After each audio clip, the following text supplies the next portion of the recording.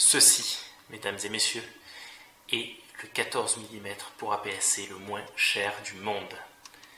Oui, oui, le moins cher du monde. Allez, on en parle juste après le générique. C'est parti.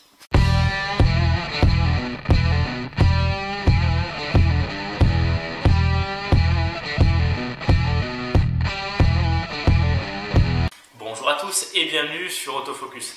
Je suis tout content parce que je l'ai reçu il n'y a pas très longtemps. Il s'agit effectivement, comme je vous l'ai indiqué dans le titre, du 14 mm destiné exclusivement pour APS-C, le moins cher du monde. Pourquoi le moins cher du monde? Parce qu'aujourd'hui vous le trouvez sur Amazon. Alors le prix d'achat à la base il est à 200 €. Sur Amazon, vous le trouvez aujourd'hui autour des entre 109 et 140 €. C'est les derniers prix constatés, parce que voilà, ça change beaucoup. Et moi, j'en ai fait l'acquisition sur eBay. Alors, je ne fais pas un unboxing, vous en trouvez plein sur Internet, mais je l'ai eu pour 60 €. Donc, autant vous dire que je ne me suis pas gêné pour vite l'acheter. Ouverture à 2.8 et avant d'aller plus loin, je risque de faire quelques déçus. Enfin, il risque de faire quelques déçus, c'est pas moi. Pourquoi? Parce que ce 14 mm n'est destiné qu'à un seul appareil au monde, un seul. Il s'agit du Fuji X70 qui est en train de me filmer.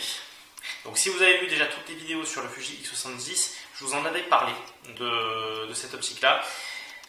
Donc on est en fait sur un accessoire que vous venez visser sur l'objectif du Fuji X70. Vous avez une mise à jour après à faire chez Fuji, juste pour faire tout ce qui est conversion, mise à jour sur le contrôle de la distorsion, etc.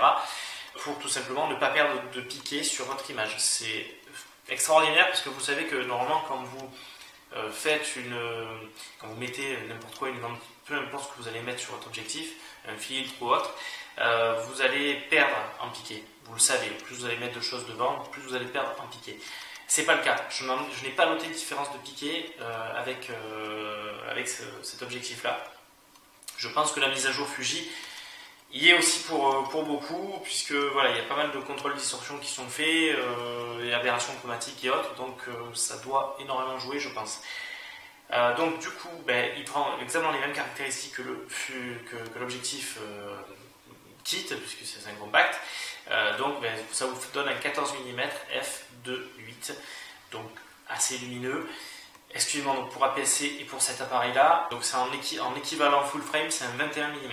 Pour le prix que je l'ai, alors moi je l'ai eu avec absolument tout l'attirail. Donc comme je vous dis, je ne fais pas un unboxing, mais vous avez quand vous achetez cet objectif neuf, vous avez donc dans la boîte tout ce qui est garanti, ce genre de choses. Vous avez un petit pare-soleil en caoutchouc, donc qui est super souple, que vous venez mettre dessus. Donc je l'ai aussi, puisque moi je l'ai eu complet. Et vous avez également une housse. Alors la housse par contre est un peu cheap. Si certains d'entre vous ont acheté des Samyang, ce genre de choses, vous voyez de quoi je parle. La housse est un peu cheap. Donc moi j'ai opté du coup j'avais une housse Nikon dont je ne me servais plus, puisque là ici elle est rembourrée. Et ça me permet de le transporter un peu plus... C'est un peu plus sécure. Voilà, celle d'origine Fuji est un peu cheap. Alors évidemment, inconvénient majeur pour les possesseurs de Fuji X70, c'est que du coup le Fuji, vous le mettez plus dans la poche. Je vais vous faire une photo rapide, je vous mettrai ici, de ce que ça rend. Donc vous voyez, on est sur quelque chose de plus volumineux, ça rentre plus dans la poche, mais il faut quand même avouer une chose, c'est que la Fuji fait très fort. J'en ai beaucoup parlé du Fuji. Si vous n'avez pas vu les vidéos, allez voir les tests. Mais je trouve qu'ils font très fort parce qu'on est sur un appareil vraiment petit. Vous avez une optique de base 18,5 mm, donc qui correspond à un 28 mm en version plein format, qui est très petite, c'est un pancake, qui est très petite, qui ouvre à 2.8.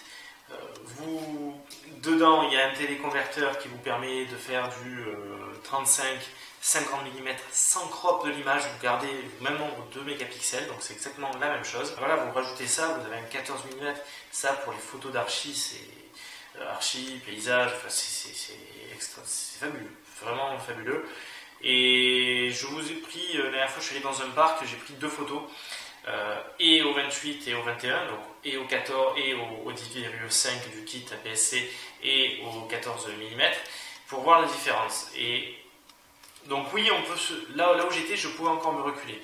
Mais dans l'idée, vous voyez avec ces deux photos, là où je veux en venir, c'est que on a vraiment, c'est juste 4,5 mm de plus, entre guillemets, c'est rien.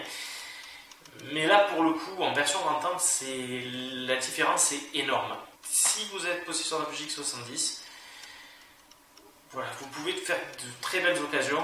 J'ai gagné aux enchères, voilà, j'en ai eu pour 60 €, donc autant vous dire que je suis très content. Il est nickel, super propre. Donc voilà, c'est tout pour cette vidéo, c'était rapide. Juste pour vous parler de ce petit bijou là, cette petite découverte. Je vous dis à bientôt pour la prochaine vidéo. Sur ce, que vous ayez un réflexe, un bridge ou même un compact, le plus important, shootez. Allez, ciao tout le monde. Et là je fais tomber, essayez de la...